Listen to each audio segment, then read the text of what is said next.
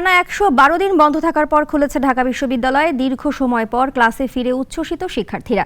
লেজুর ভিত্তিক ক্যাম্পাস রাজনীতি বন্ধের মতামত শিক্ষকদের। আর জুলাই আগস্টের বিপ্লব ঘিরে ট্রমা কাটিয়ে উঠতে শিক্ষার্থীদের জন্য বিশেষ কিছু পরিকল্পনা গ্রহণের কথা জানান উপাচার্য। অলিউর রনের রিপোর্টে বিস্তারিত। দীর্ঘ বিরতির পর নতুন উদ্যমে নতুন আশায় প্রিয় প্রাঙ্গণে ফেরা। এতদিনের না বলা অনেক কথা আর কুশলাদি বিনিময় যেন ঈদের আনন্দে মাতেন শিক্ষার্থীরা। পেনশন স্কিম, ঈদুল আজহা ও কোটা আন্দোলনের ইস্যুতে প্রায় ৩.৫ মাস বন্ধ ছিল বিশ্ববিদ্যালয়। সব সংকট কাটিয়ে প্রিয় শিক্ষা অঙ্গন ও ক্লাস পরীক্ষায় ফিরে আনন্দিত শিক্ষার্থীরা।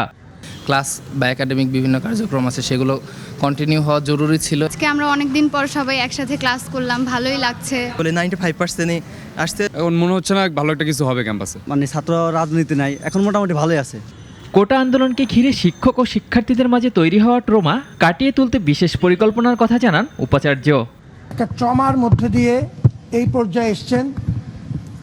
আমরা সেই ট্রমা এবং সার্বিক মানসিক এবং শারীরিক কল্যাণের জন্য কিছু বিশেষ ব্যবস্থা নেওয়ার চেষ্টা করছি। তবে বিশ্ববিদ্যালয়ের লেজুর ভিত্তিক ছাত্র রাজনীতি বন্ধ করে ক্ষতি পুষিয়ে নিতে নানান মতামত শিক্ষকদের।